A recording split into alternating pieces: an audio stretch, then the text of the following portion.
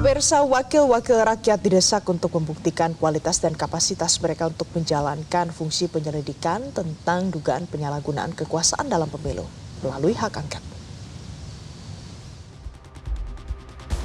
Koalisi masyarakat sipil mendorong DPR benar-benar melakukan fungsi pengawasan kepada pemerintah melalui hak angket. Koalisi yang terdiri dari berbagai organisasi mendorong agar DPR menyelidiki tentang dugaan penggunaan kekuasaan yang tidak patut yang dilakukan Presiden.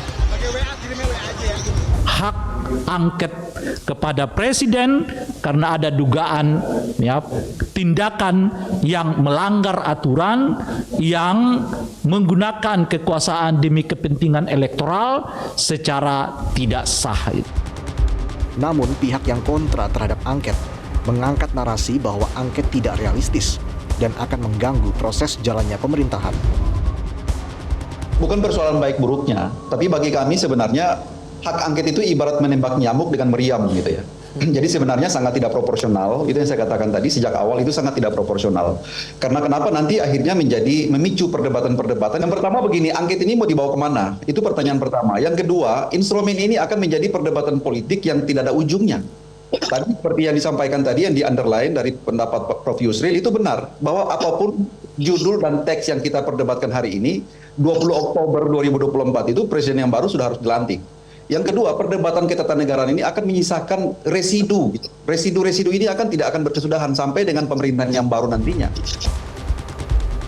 Pakar hukum tata negara Refli Harun tidak setuju atas pernyataan Fahri yang menyebut angket tidak realistis. Refli balik menantang kejujuran para pihak yang kontra angket. Apakah pemilu telah berlangsung jurdil?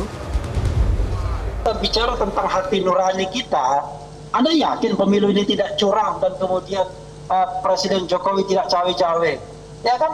Kalau Anda mau berpaling dari sebuah kenyataan yang dituntut oleh masyarakat Indonesia, akademisi, LSM, kemudian juga pasangan calon, lawan dan lain sebagainya, kita tahulah. Cuma masalahnya, sekali lagi, kita butuh forum pembuktian. Nah, forum pembuktian itu adanya di Mahkamah Konstitusi, kalau masalah ini dibawa ke Mahkamah Konstitusi, dan ada di panitia angket, kalau soal ini kemudian dibawa pula ke masalah angket.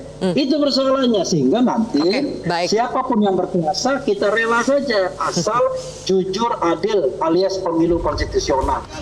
Sebelum pencoblosan 14 Februari, sejumlah pihak seperti ratusan guru besar perguruan tinggi sudah bersuara dan bertanya, bagaimanakah peran Presiden Jokowi dalam pemilu? Apakah Presiden masih negarawan atau cawe-cawe karena ada anaknya turut jadi cawapres? Lalu mengapa beragam bansos gencar disalurkan sebelum pencoblosan? Dan terpenting, mengapa sejumlah kepala desa mengaku diminta mendukung paslon tertentu? Berbagai persoalan yang muncul di masyarakat itu jangan kemudian hanya dilimitasi, biarkan masyarakat itu menggunakan berbagai macam alternatif. Nah, alternatif itu salah satunya adalah mendorong DPR untuk melaksanakan fungsi pengawasannya dengan menggunakan hak angket. Kalau DPR tidak juga melaksanakan, maka rakyat yang akan bicara.